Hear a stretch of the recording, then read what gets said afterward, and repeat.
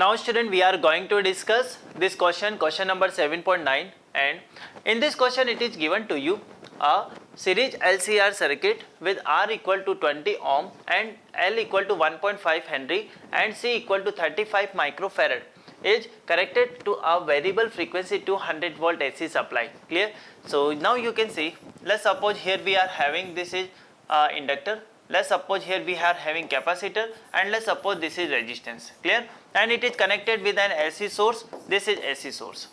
Clear? Now it is also given value of L.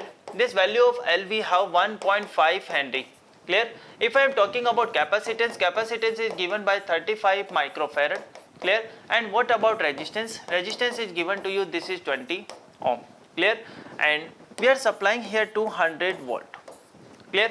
So now we can say when frequency of supply equals natural frequency of circuit.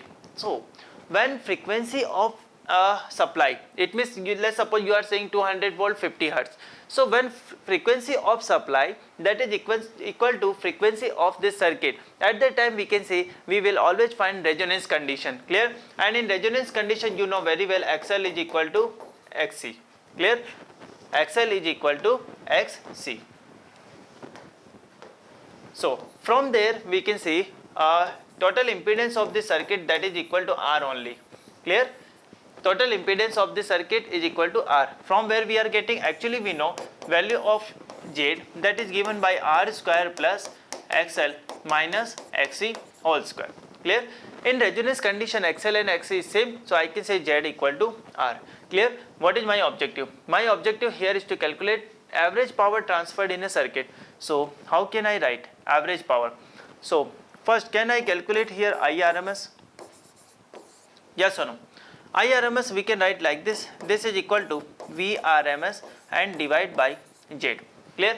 Or you can also write like this directly. If you do not want to calculate this current directly, you can say actually,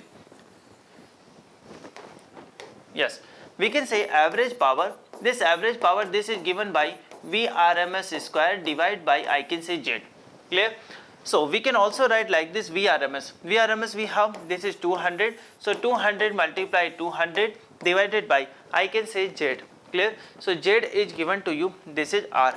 Clear?